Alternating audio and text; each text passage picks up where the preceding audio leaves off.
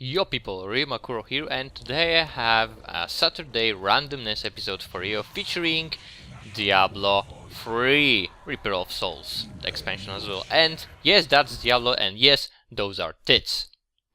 A lot of fans say, no, Diablo and tits, no!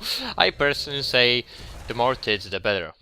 Anyway, in this, as Diablo is, everyone knows there's a campaign. I'll be showing the adventure mode. It's a new addition that comes with the expansion Reaper of Souls, and as you can see, there's, as with Diablo, slaughter everywhere. So that's a good thing. And the adventure mode is pretty much derived into two different categories. You can do either bounties, which are what is shown here, or Nephilim rifts. Now I'll start with the bounties, as I'm doing them here. It's pretty much your normal campaign, just in a more mission mode.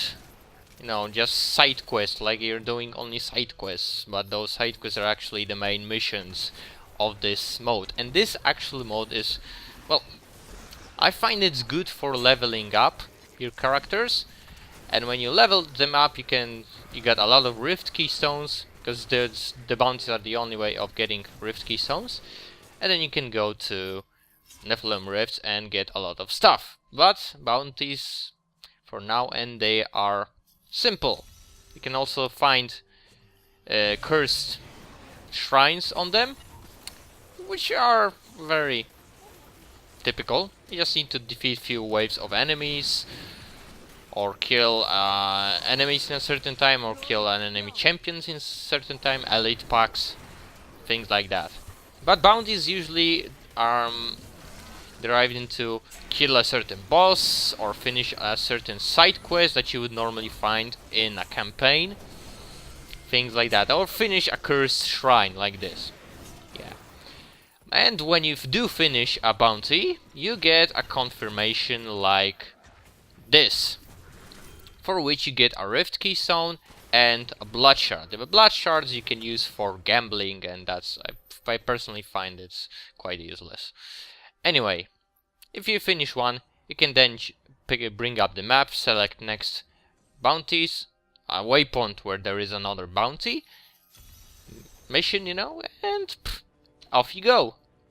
Also, since this is campaign based, you also get to fight bosses as a mission of a bounty, like here. Kill the butcher. Quite a big piece of meat.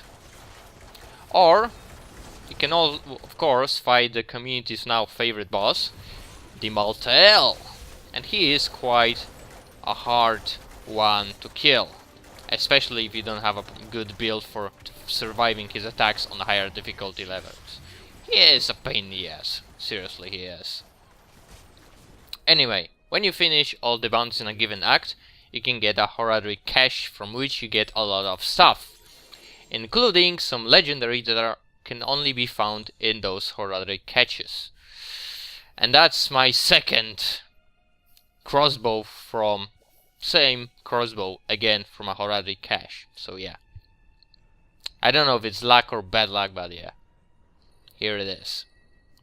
You can get those things from those horary caches, and when you get a lot of those, you can just spam all of them at once, and then you got your entire screen fucked up with those things. Anyway, when you're bored with bounties, like I said, you can start doing Nephilim rifts. You open them simply by going to a Nephilim obelisk, and you need to have 5 rift keystones to open one. And they are immensely fun because they're completely random. You can literally, like here, get monsters from Act 1 on Act 5 maps.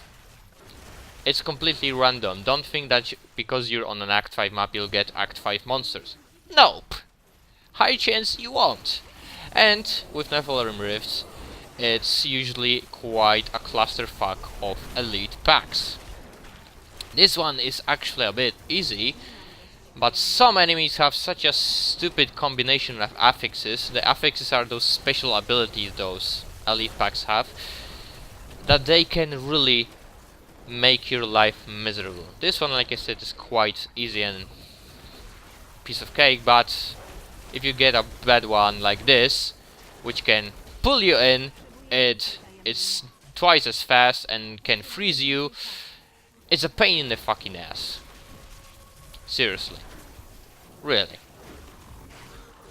But to defeat so many obstacles that the game puts for us, we have some awesome abilities like this lightning spamming thingy, which can only be found on Nephilim Rifts, and they pretty much mean auto kill of everything there is, which is quite fucking awesome. You also get, this is actually my favorite, the lightning striking thing, but you also get a 400% bonus to your damage one that will make you completely invincible. I do mean that. You won't get any damage at all, and you get one that also allows you to spam spells or abilities without bothering about using your resources, and it reduces your cooldowns by a lot as well. So yeah, you get it. Those things are nice. Oh, there's also a speed hack one. Yeah, you're literally speed hacking. So speedrunners will be in love with that one. Anyway, the point of Nephilim Rifts is to fill this gauge. As you can see, it was at 4%, and you do that by killing the mobs. And when you kill enough of them, you get a big fucker. In this case, it's a boss from Act 2, and it can be pretty much any boss, apart from few biggest ones, if I'm right. So you can get a Diablo, and yes, you can fight Diablo here. You can get the Maltael, you can get the Butcher, you can get the main bosses of each act, but you get all the other bosses. And some different enemies in boss forms, and they are pretty much annoying because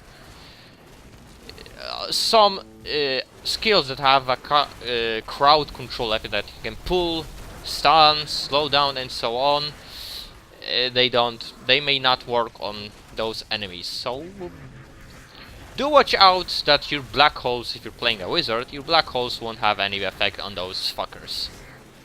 This can kill you because they have a friggin' tons and tons and tons of life. Yeah, they do. It does take quite a long, but yeah. But if you finally manage to kill one, they usually drop some nice things, along with a lot of blood shards, and I do mean a lot of them. Now, and when you're done, you usually get some nice things from them. Also, I do like cleaning the Nephilim Rifts completely, so, you know, this fully, you know, the drop rates are higher here for the legendary, so I like to use that. And, well, you need Rift Keystone, so you don't get Rift Keystone from Nephilim Rifts, so you need to get them from bounties, or you can just join an online play. And when you finish, you go to that guy and you get the reward in form of experience and gold. And you do get a lot of stuff in Nephilim Rifts. So a blacksmith with its salvaging option is quite useful. You can use this stuff mostly for creating different piece of equipment, for changing abilities with the use of Mystic, or to create, or even to create, not to create get gems though. There is another one that will in fact be used for gems, with the help of Jeweler, which, yeah, can make gems out of smaller gems to create bigger gems, you know.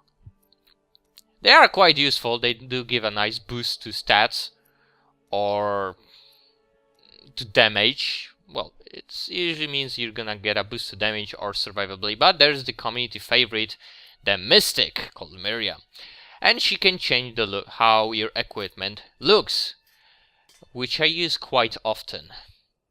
I use this ability quite often, I have to admit, and because it is quite fucking awesome, as you can see. Just changing the thing like you can. But there's also the ability change, so you can change the things that you have on your weapon to whatever your soul wants, you know. If you don't like this, you can change it to something else. Do keep in mind, not every single statistic can be changed to every other statistic. Some cannot be changed into the nice one, because there's a primary and extra attributes. So primary can be changed only into primaries and extra only to extras. Sucks, but well, what can you do? Anyway, that will be all. So if you enjoyed, if you think you're gonna enjoy Diablo 3 and will in fact buy one and would like to play with me, PM me on YouTube. If you battle tag, I'll give you my battle tag when you can play some Diablo together. Why not? And that really is all. So thanks for watching. If you enjoyed, please do hit that like button, comment, share, maybe even subscribe to me. That would be very helpful. And that's all. So I'll see you next time. This was Makkuro. See ya.